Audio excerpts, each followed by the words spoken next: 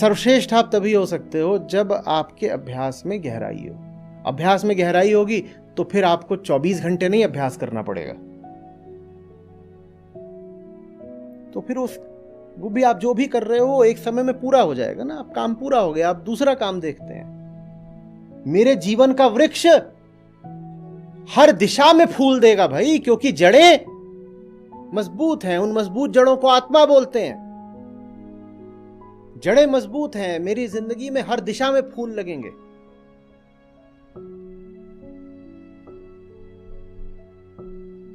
Polymath,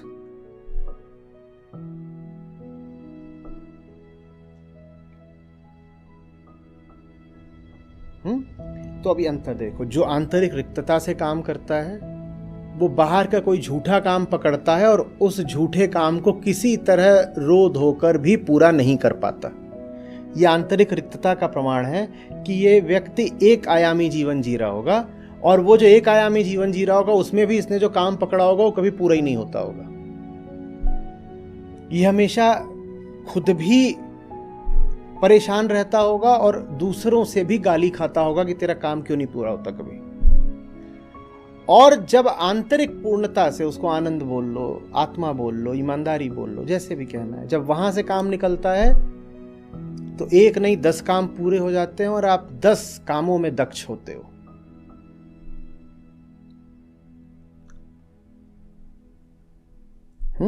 आप फिर एक जिंदगी में कई जिंदगियां जीते हो। बहुआयामी आपका व्यक्तित्व होता है। एक आपका जीवन हो सकता है धनुर्धर का, एक आपका जीवन होगा गायक का, एक आपकी जिंदगी प्रेमी की चल रही है, एक आपकी जिंदगी कोई और चल रही, और इतनी सारी जिंदगियां हैं और इनमें आपस में बहुत अच्छा समायोजन है, क्योंकि ये सब के सब फूल एक ही जड़ से आ रहे हैं। तो इन फूलों में आपस में कोई असंगति नहीं है, ये बेमेल नहीं है, आपस में नहीं लड़ रहे। एक ही वृक्ष पे अलग अलग तरह के फूल खिल रहे हैं।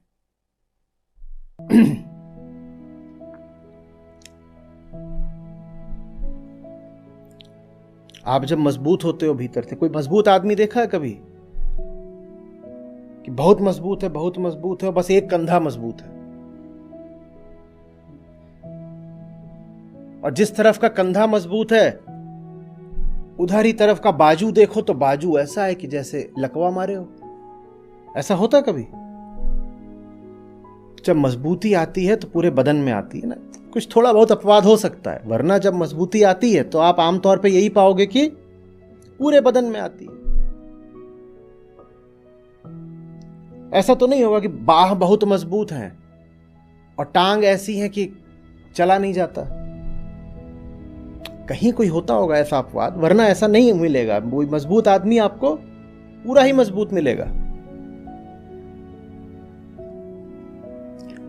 वो मजबूती सिर्फ भीतरी जगह से आ सकती है, और जब वो होती है तो भीतर की दशा को आनंद कहते हैं। फिर आनंद,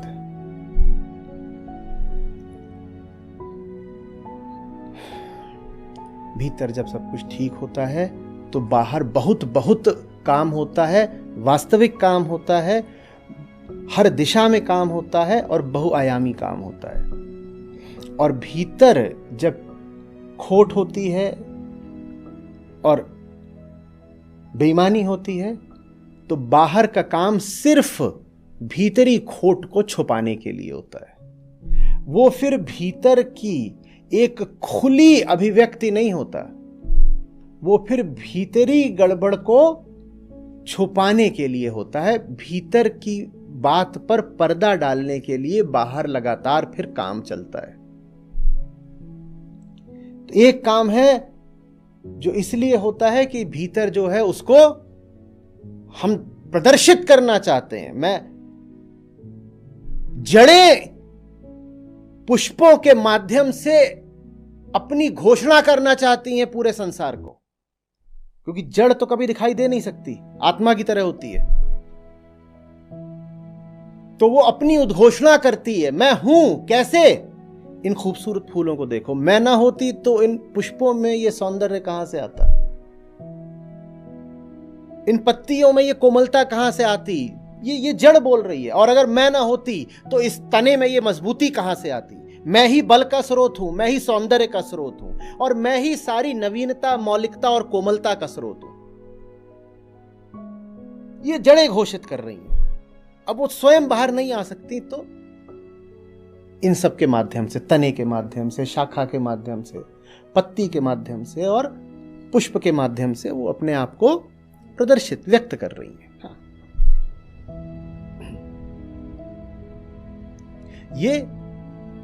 ये असली जीवन है। इसमें निरंतर कर्म है कि नहीं? कोई एक क्षण होता है जब जड़ें काम करना छोड़ दें? निरंतर कर्म है, पर वो कर्म इसलिए नहीं है कि जड़ें लज्जित होकर के अपना मुंह छुपाना चाहती हैं। वो कर्म इसलिए है कि जड़ें अपने आप को अभिव्यक्त कर रही हैं। पूरे गौरव के साथ जड़ें वृक्ष बन के खड़ी हो रही है। देखो इतना भारी वृक्ष, वो क्या है? वो जड़ें हैं जो कह रही हैं ये देखो, ये हैं हम, ये हम हैं। ये एक होता है तरीका जीने का। यहां घोर कर्म है, निरंतर कर्म है, और वो कर्म आपके आनंद की, आपकी सच्चाई की अभिव्यक्ति है। और एक दूसरी जिंदगी होती है आम आदमी की, और यहाँ पर जो वाजश्रवस हैं इनके पिताजी, उनकी उस जिंदगी में क्या होता है? उस जिंदगी में होता है कि काम बाहर चलता है, वो काम अझेल होता है, वो काम जैसे खच्चर का बोझ हो ऐसा होता है, और वो काम कभी पूरा भी नहीं होता, वो काम हमेशा अधूरा रहता है, एक दिशा का होता है, और उस काम से कुछ हासिल भी नहीं होता। वो काम सिर्फ किस लिए होता है कि भीतर जो झूठ है उसको छुपा के रखो।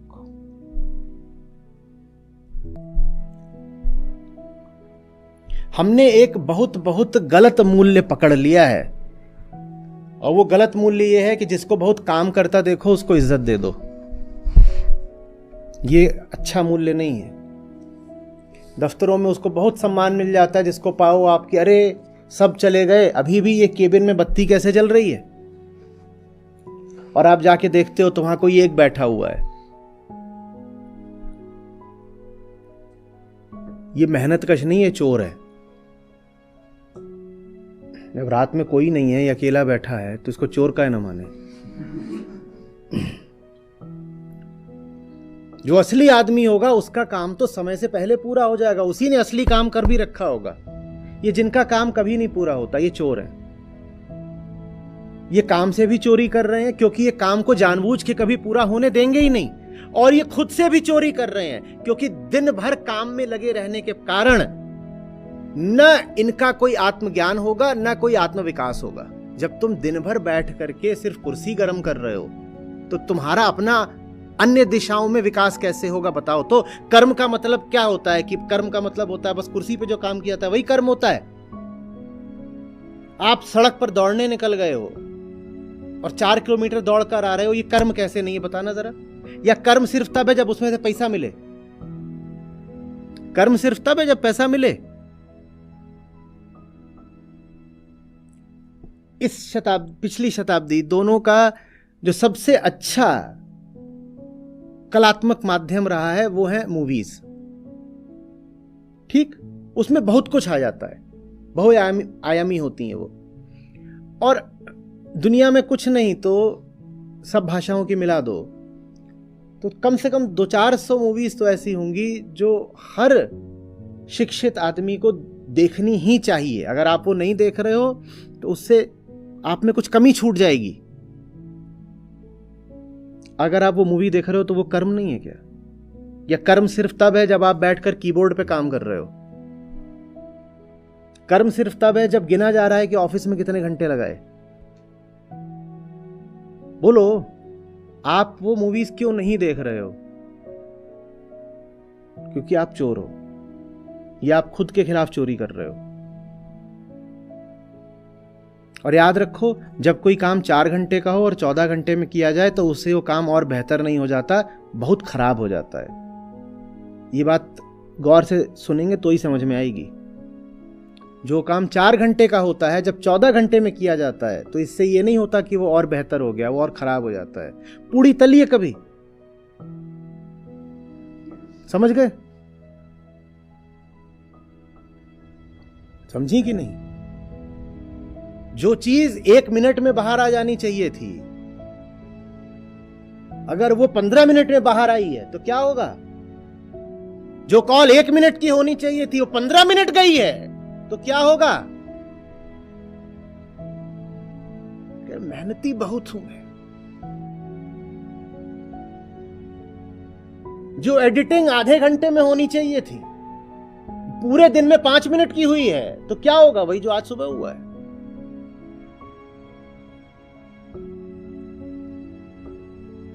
ये हमने बहुत गलत मूल्य बना रखा है कि जो आदमी ज्यादा घंटे कुर्सी गर्म करता है वो बेहतर आदमी है। इज्जत उनको दो जो 4 घंटे का अगर काम था तो 3.25 घंटे में कर दें और बोलें सब निपट गया। बताइए, ये आदमी काम जानता है। इस आदमी के पास जीवन में एक सार्थक व्यस्तता है, सार्थक व्यस्तता। ये आदमी कह रहा है 4 बजे के बाद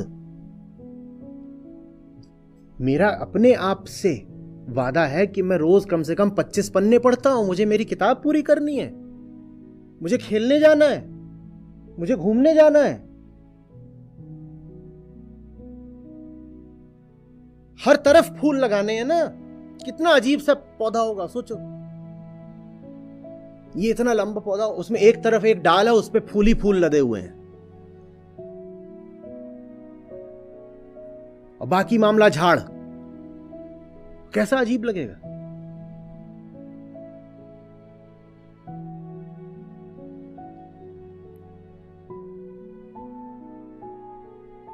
क्या हुआ, क्या कर? अभी पूड़ी तल रहे हैं। अरे पूड़ी जल कोयला भाई, कोयला जल भया राख। पूड़ी तलना बंद कर, उठ यहां से भाग।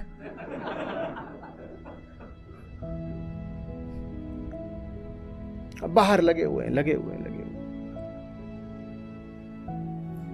इससे कुछ हासिल नहीं होना है। हमारी सब समस्याएं मूलतः आंतरिक होती हैं। जब तक आप आंतरिक समस्या को अभी स्वीकृति नहीं देंगे, उसे एक्नॉलेज नहीं करेंगे, तब तक बाहर आप कितना हाथ पांव चला लो उससे बहुत फर्क पड़ेगा नहीं। और हम ढीठ इतने होते हैं कि भीतरी झूठ को बचाने के लिए कितना भी बाहरी श्रम कर सकते हैं। हम मेहनत करते करते दम तोड़ सकते हैं, इतना तो मेहनती होता है आदमी। वो मेहनत नहीं है, वो ढिठाई है, गधे जैसी ढिठाई। गधा बहुत ढीठ होता है। मैंने ट्रैफिक जाम लगा देखा, सड़क के बीच में खड़ा हो गया था, हटने को तैयार नहीं है और हिल भी नहीं रहा है। मूर्ति जैसे गधे की खड़ी कर दी हो सड़क के बीचों बीच। हॉर्न मार लो, कुछ कर लो, अंत में पिटा तो हटा।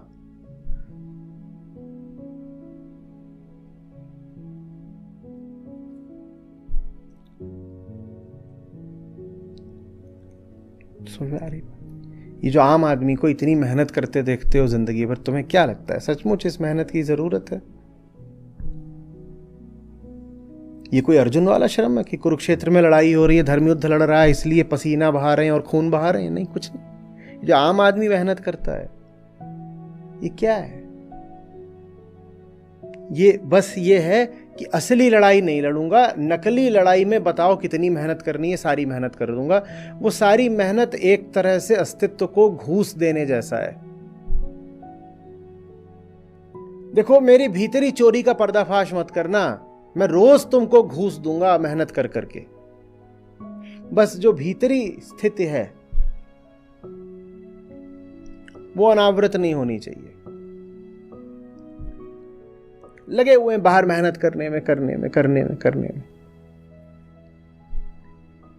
क्या बोल रहे हैं कि कर्तव्य निभा रहे हैं, जिम्मेदारियां निभा रहे हैं। अब अंदरूनी बात यह है कि तुम्हारे सब कर्तव्य फटे हुए हैं, पर तुम्हारा अहंकार आश्रित है उन कर्तव्यों पर। तुम अपने आप को कर्तव्यनिष्ठ कहलाना चाहते हो। अहंकार अपने आप को कहना चाहता है मैं कर्तव्यनिष्ठ अहंकार हूं। उसे जीने के लिए किसी न किसी से तो जुड़ना पड़ता है ना। तो किससे जुड़ गया है भीतर? कर्तव्यों से जुड़ गया है। मैं कर्तव्यशील हूं। अब भीतर अगर अपने आप को कर्तव्यनिष्ठ घोषित करोगे तो बाहर तो फिर दिन भर अपने फालतू के कर्तव्यों के लिए मेहनत करोगे ही करोगे, हाड़ तोड़। अब कर रहे हैं मेहनत, कर रहे हैं मेहनत। इन दिनों आप सड़क पे निकल कर दिखा दीजिए, खासकर शाम को 6 से 10 बजे तक। यहां ये शहर तो फिर भी थोड़ा सा ठीक है, आप नोएडा की तरफ जाकर दिखा दीजिए, क्या मेहनत चल रही है। यहां से वहां पहुंचने में 4 किलोमीटर की दूरी आपको 1 घंटे से अगर कम लग जाए तो बात करिएगा।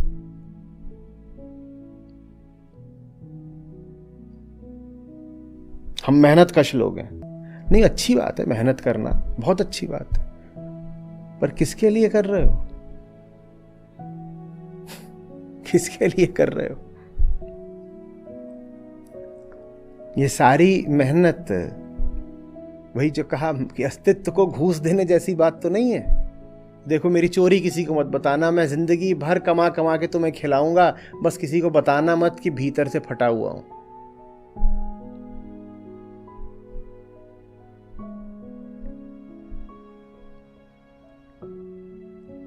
बात समझ रहे हो?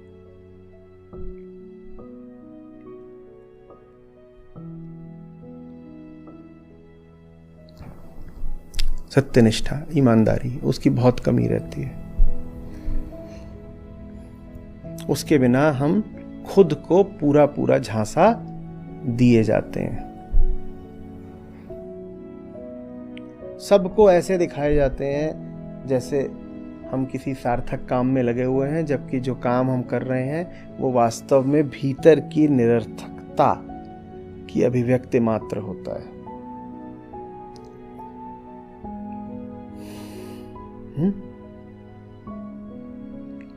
जितनी मेहनत हम अपने झूठों पर पर्दा डालने के लिए कर लेते हैं,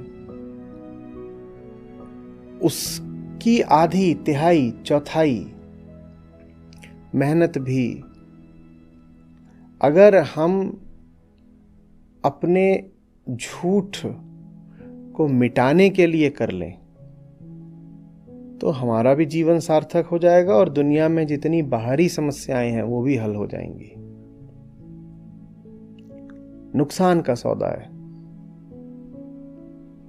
जहां गंदगी है उसको पड़े रहने देना और बस उस गंदगी के प्रभावों की सफाई करते रहना नुकसान का सौदा है।